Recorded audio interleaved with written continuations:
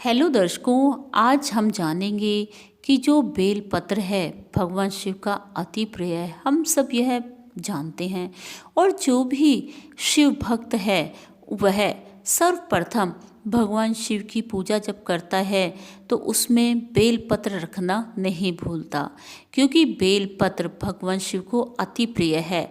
और ऐसा भी माना जाता है कि बेलपत्र के बगैर भगवान शिव की पूजा अधूरी मानी जाती है। लेकिन हम सब क्या यह जानते हैं कि जो बेलपत्र है वह कहाँ से आया, कैसे उसकी उत्पत्ति हुई और भगवान शिव का अति प्रिय कैसे हो गया। और बेलपत्र भगवान शिव के प्रिय होने के साथ साथ यह बहुत सारे और भी काम आता है। चाहे आप धन की वृद्धि करना चाहते हो, चाहे आप किसी रोग को दूर करना चाहते हो, चाहे आप किसी दुश्मन को अपना परम मित्र बनाना चाहते हो, चाहे आपके घर में गृह क्लेश चल रहा हो या कोई भी आपदा मुसीबत आई हुई हो उसको दूर करना हो, इन सब बातों के लिए भी हमें बेलपत्र बहुत ही सहायता देता है। क्योंकि भगवान शिव अपने भक्त का जिस प्रकार पूरा पूरा साथ देते हैं, उसी प्रकार भगवान शिव का यह प्रिय बेलपत्र भी अपने शिव भक्तों को हमेशा सहयोग देता है। दर्शकों, हमारे चैनल में आपका स्वागत है। इस चैनल में अगर आप नए हैं तो चैनल को सब्सक्राइब करना ना भूलें। हमारे इस चैनल में आपको तरह तरह की प्राचीन ग्रंथों से रिलेटेड संबंधी कहानियाँ व उनसे जुड़े हुए कुछ ऐसे फायदेमंद उपाय भी बताए जाते हैं, कहानियाँ भी सुनाई जाती हैं, जिन कहानियों को सुनकर आपके जीवन में आ रही दिक्कतें तो समाप्त होंगी ही, साथ साथ आपको पूजा का भी ज्ञान होगा कि पूजा पाठ और जप तप हमारे जीवन के लिए कितने ज़रूरी हैं।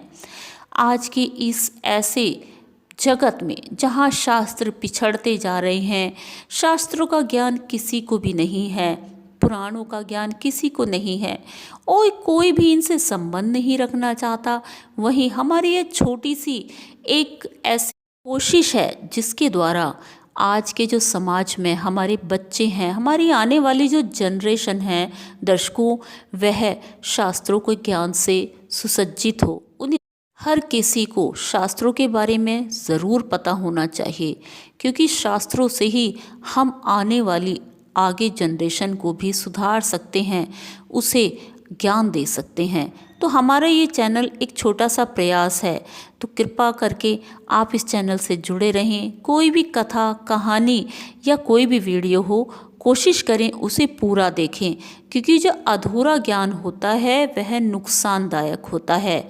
आज की इस कहानी में हम आपको बताएंगे कि बेलपत्र की उत्पत्ति कैसे हुई और बेलपत्र का भगवान शिव को इतना प्रिय होना क्यों, और कौन से वो कारण हैं जो बेलपत्र हमारे लिए भी इतना ज़्यादा लाभदायक है, और कौन से वो तरीके हैं दर्शकों जिनके द्वारा ही हमें भगवान शिव की पूजा में जब बेलपत्र को शामिल करना है तो उस बेलपत्र को किस प्रकार से शामिल करें।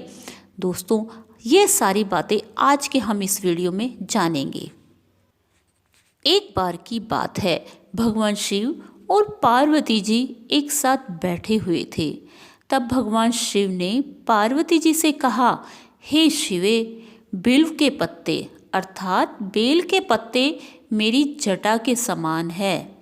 उसका त्रिपत्र यानी के 3 पत्ते ऋग्वेद, यजुर्वेद और सामवेद हैं। उसकी जो शाखाएं हैं समस्त शास्त्रों का एक स्वरूप है। बेल के वृक्ष को पृथ्वी का कल्प वृक्ष ही समझना चाहिए, क्योंकि ब्रह्मा विष्णु शिव का ही स्वरूप हैं। तब भगवान शिव ने कहा, आगे बात बोलते हुए भगवान शंकर जी बोले, हे पार्वती जी, स्वयं महालक्ष्मी ने शैल पर्वत पर बिल वृक्ष का रूप लिया था और जन्म लिया था। इस कारण भी बेल का वृक्ष मेरे लिए अति प्रिय है। महालक्ष्मी ने बिल का रूप धरा, यह सुनकर माता पार्वती जी सोच में पड़ गई और उनके मन में कौतूहल होने लगा कि माँ लक्ष्मी जी ने बेल का वृक्ष का रूप क्यों धारण किया, क्या कारण था। तब पार्वती जी ने बहुत ही कौतूहल से भगवान शिव जी से पूछना शुरू किया और वह अपनी जिज्ञासा को रोक नहीं पाई। तब भगवान शिव ने उनसे बताया। भगवान शिव माँ देवी पार्वती जी को एक कहानी सुनानी उन्होंने शुरू की और भगवान शिव बोले, पार्वती जी, हे शिवे, मेरी बात ध्यान से सुनो। सतयुग में ज्योति रूप में मेरे अंश का रामेश्वर लिंग था। ब्रह्मा आदि देवों ने उसका विधिवत पूजन और अर्चन किया था। इसका परिणाम क्या हुआ कि मेरे अनुग्रह से वाणी देवी सबकी प्रिय हो गई। यह भगवान विष्णु को और ज़्यादा प्रिय हो गई। मेरे प्रभाव से भगवान केशव के मन में वाग देवी के लिए जितनी प्रीति उपज गई थी वह स्वयं लक्ष्मी जी को भी नहीं भाई और वह देखकर लक्ष्मी जी भगवान विष्णु से नाराज रहने लगी। उस समय लक्ष्मी देवी का श्री हरि के प्रति मन में कुछ दुराव पैदा हो गया, अर्थात भगवान विष्णु से उनके मन में खिन्नता आ गई, दूरी आ गई और वह चिंतित और रुष्ट होकर चुपचाप परम उत्तम श्री शैल पर्वत पर चली गई। उन्होंने वहां जाकर तप करने का निर्णय लिया और उत्तम स्थान का चयन करने लगी। माँ लक्ष्मी जी उत्तम स्थान तप के लिए चुन ही रही थी। उत्तम स्थान का चयन करने के बाद माँ लक्ष्मी ने उत्तम स्थान चुनने के बाद मेरे लिंग का विग्रह वहाँ बनाया और उग्र तपस्या प्रारंभ कर दी। उनकी तपस्या कठोरतम होती जा रही थी। हे परमेश्वरी, कुछ समय के बाद महालक्ष्मी जी ने मेरे लिंग विग्रह से थोड़ा ऊर्ध्व में एक वृक्ष का रूप ले लिया और अपने पत्तों और उनके फूलों से निरंतर मेरी पूजा करती रही। तब मैं उनकी तपस्या से प्रसन्न होकर वहाँ प्रकट हो गया और देवी से इस घोर तपस्या की आकांक्षा पूछी कि हे लक्ष्मी, तुम यह घोर तप क्यों कर रही हो, क्या कारण है और किस कारण के लिए इतना कठोर तप कर रही हो। तुम मुझे बताओ, मैं उसके अनुसार ही तुम्हें वरदान देने के लिए तैयार हूँ। तब महालक्ष्मी जी ने मांगा कि श्री हरि के हृदय में मेरे प्रभाव से वाग देवी के लिए जो स्नेह हुआ है वह समाप्त हो जाए। भगवान शिव जी ने माँ लक्ष्मी जी को समझाया कि श्री हरि के हृदय में आपके अतिरिक्त किसी और के लिए कोई प्रेम नहीं है देवी।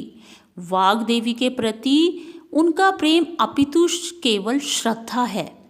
यह सुनकर लक्ष्मी जी अति प्रसन्न हो गई और पुनः श्री विष्णु के हृदय में स्थित होकर निरंतर उनके साथ विहार करने लगी। हे पार्वती, महालक्ष्मी के हृदय का एक बड़ा विकार इस प्रकार से मैंने दूर कर दिया था। इसी कारण हरिप्रिया उस वृक्ष रूप में सर्वदा अतिशय भक्ति से भरकर बहुत ही यत्नपूर्वक मेरी पूजा करने लगी। लेकिन उन्होंने मेरी पूजा को छोड़ा नहीं, लगातार वह पूजा करती रही। हे शिवे, हे पार्वती, इसी कारण बिल्व का यह वृक्ष यानी बेल पत्र का यह पेड़, उनके पत्ते, उनके फल और फूल आदि मुझे बहुत ही प्रिय हैं। मैं निर्जन स्थान में भी बिल्व वृक्ष का आश्रय लेकर रह सकता हूँ। बेल का वृक्ष जो सदा सर्व तीर्थमय एवं सर्वदेवमय माना गया है, अर्थात जो भी व्यक्ति सुबह उठकर अगर केवल सबसे पहले बेल के पेड़ के यानी बेल के वृक्ष के दर्शन कर लेता है तो उसे बहुत सारे तीर्थों का आनंद मिलता है। और जो बेल का पेड़ है तरह से बहुत सारे देवों का रूप भी माना गया है। इसमें देवी कोई संदेह नहीं है। बेलपत्र, बिल फूल, बिल वृक्ष अथवा बिल काष्ठ के चंदन से जो भी व्यक्ति मेरा पूजन करता है वह मेरा भक्त प्रिय है मुझे और अति प्रिय है। बेल वृक्ष को शिव के समान ही समझना चाहिए। यह मेरा शरीर है जो बिल पर चंदन से मेरा नाम अंकित करके मुझे अर्पण करता है।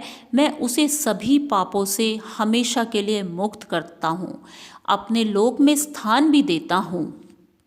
हे देवी, इसके साथ साथ जो भी व्यक्ति मेरी पूजा में बिल्वपत्र का इस्तेमाल करता है, माँ लक्ष्मी कभी भी उसका साथ नहीं छोड़ती और स्वयं माँ लक्ष्मी जी उस भक्त को नमस्कार करती हैं। जो बिल से मेरा पूजन करते हैं, जो बिल मूल में प्राण छोड़ते हैं, उसको रुद्रदेह प्राप्त होती है, अर्थात वह शिव गणों में गिना जाता है। इसलिए भगवान शिव को बेलपत्र अति प्रिय है। दर्शकों, जो भी व्यक्ति भगवान शिव का अनन्य भक्त है वह भगवान शिव की जब भी पूजा करता है तो बेलपत्र ज़रूर इस्तेमाल करता है। दर्शकों, इसके साथ साथ बेलपत्र को भगवान शिव पर चढ़ाने से पहले हमें उसकी डंडी को वहाँ से हटा देना चाहिए। और जब भी आप बिल वृक्ष से बेलपत्र को तोड़ते हैं तो कभी भी अपने नाखूनों से उसे ना तोड़ें, क्योंकि जिस प्रकार अगर आप किसी व्यक्ति को नाखून चुभाते हैं तो उसको पीड़ा का अनुभव होता है, उसी प्रकार अगर आप बिलपत्र की डंडी को नाखूनों से तोड़ेंगे तो उसी प्रकार पीड़ा का अनुभव बिल वृक्ष को भी होता है। इसलिए ध्यान रहे और इस बात का ध्यान रखें कि अगर आपके जीवन में किसी प्रकार का कोई बहुत ही ज़्यादा कठिन दुखमय समय चल रहा है तो बिल वृक्ष के पत्ते पर भगवान शिव का ओम नमः शिवाय पंचाक्षरी मंत्र लिखकर भगवान शिव पर 5 बेलपत्र अवश्य चढ़ाएं। 5 से ज़्यादा भी चढ़ाएं तो और भी ज़्यादा अच्छा होगा। और फिर देखिए चमत्कार कि किस प्रकार कुछ ही दिनों में, कुछ ही समय बाद आप पर जो भी विपदा, बाधा या कोई बीमारी या कोई भी किसी प्रकार का आपके ऊपर, आपके परिवार पर कोई कष्ट है, वह किस प्रकार से दूर होता है। और इस बार महाशिवरात्रि पर बेलपत्र चढ़ाना ना भूलें। लेकिन जो बातें इसमें बताई गई है कि बेलपत्र को चढ़ाने से पहले आपको कुछ बातों का ध्यान अवश्य रखना है। फिर देखिए चमत्कार, भगवान शिव आपको अपने अनन्य गणों में कैसे शामिल करते हैं। दर्शकों, यह परम पावन कहानी ज़रूर सुनिए महाशिवरात्रि के दिन और पूरा वीडियो सुनिए। और भगवान शिव के अनन्य भक्त तो आप हैं ही, लेकिन कुछ और नज़दीकी आ जाएगी भगवान शिव और आपके बीच में। और आपको यह कहानी अच्छी लगी तो इसको शेयर करना ना भूलें अपने दोस्तों को और लाइक करना ना भूलें। ओम नमः शिवाय।